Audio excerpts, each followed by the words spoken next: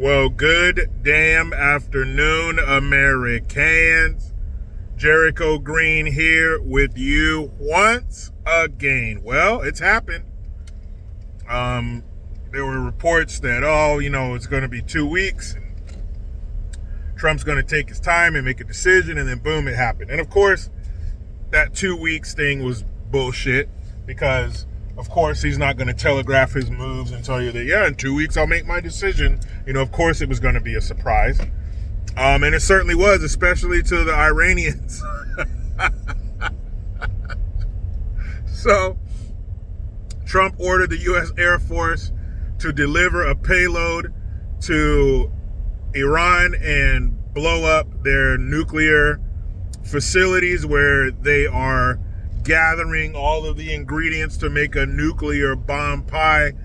And Trump's been saying for years, at least going back 10 years when he came down the escalator in 2015, but even before that, saying that Iran can't get its hands on a nuclear weapon. We won't let that happen. But contrary to what the mainstream mediocres are telling you, Trump is not alone in this. Obama said the same thing. The giant cackling idiot bullet that we dodged called Kamala Harris also said the same thing, that if she were to become president, her number one international threat would be Iran, and they can't get their hands on a nuke. But they don't want you to know that. They just want you to know that Orange Man evil, Trump is Hitler, and no one else has ever agreed with anything that he did or that he's going to do, and no one else had these ideas. He is the first person to think, hey, we got to keep Iran from getting a nuke, when that's not true at all. So I'll put a link in the description box to a video of one of the facilities. Apparently, it was a bunker buster bomb that was needed to do it.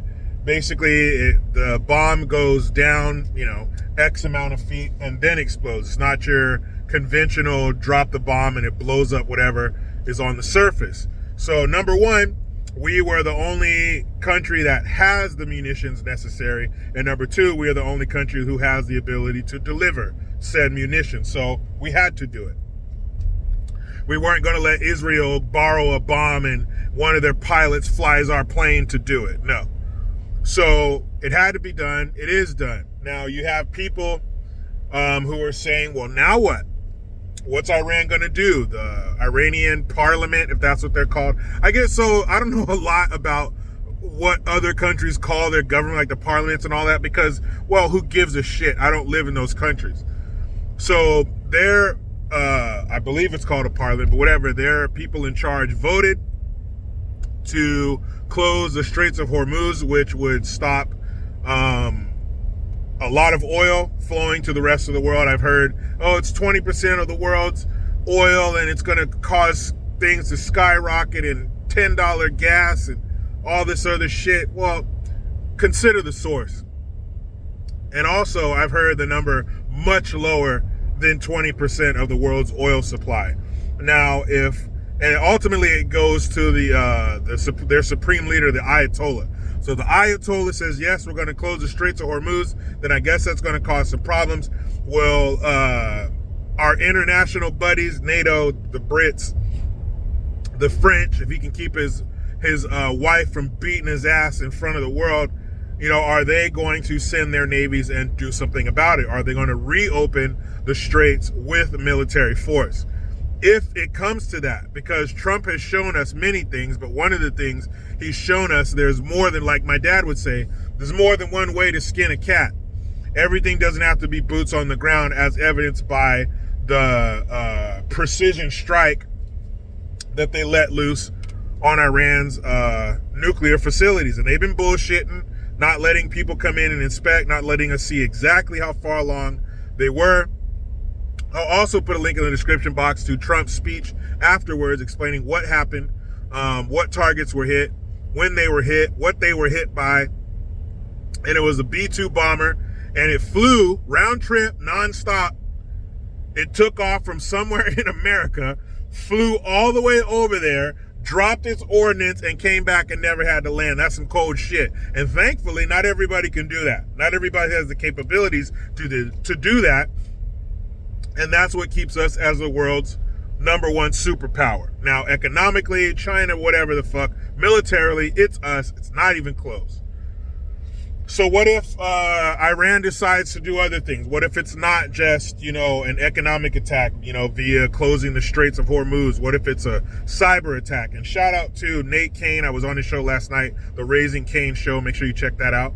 I'll also be on his radio program. But, what if Israel decides to do a cyber attack, a power grid or something like that? Or what if they have sleeper cells inside of the United States? You had that. Was it in Minnesota? Where was that church shooting where the guy drove a truck into the church and then started shooting with automatic weapons, and then the security at the church took him out? Because once again, the only thing that's going to stop a bad guy with a gun is a good guy with one. So what if they do something like that? What if there are terrorist cells that are activated around the country and around the world to punish us for doing this? Well, I guess they could do that.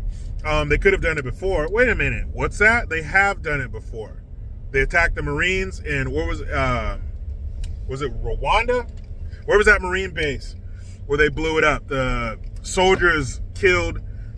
Marines killed by the IEDs and shit, because Iran is the proxy. Everybody else, they're the countries that they're working with, Hamas, the terrorist groups, they're carrying out the actions, they're doing the dirty work, but who's supplying them the weapons and the money and the transportation and the logistics? It's Iran. Just like we've been the proxy for the stupid Ukraine-Russia war, Iran is the same thing. Iran is to terrorist organizations what we are to the rest of the world when they have a natural disaster. We're there and we supply them money and supplies. That's what Iran does for terrorist groups. So what if they do that?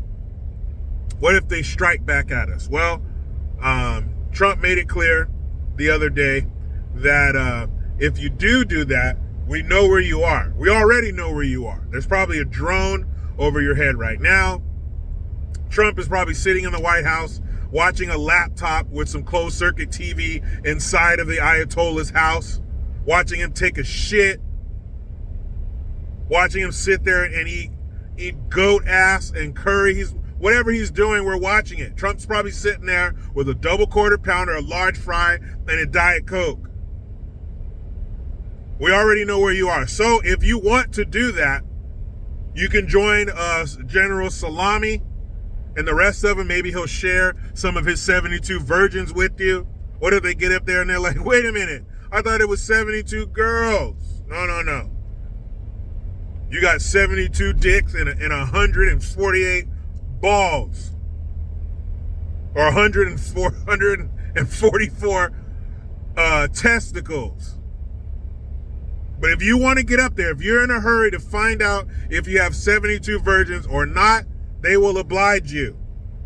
It doesn't always have to be boots on the ground, full scale Afghanistan, Operation Iraqi Freedom bullshit all over again, because do not get it twisted. We do have a bad taste in our mouth from the weapons of mass destruction that we never found.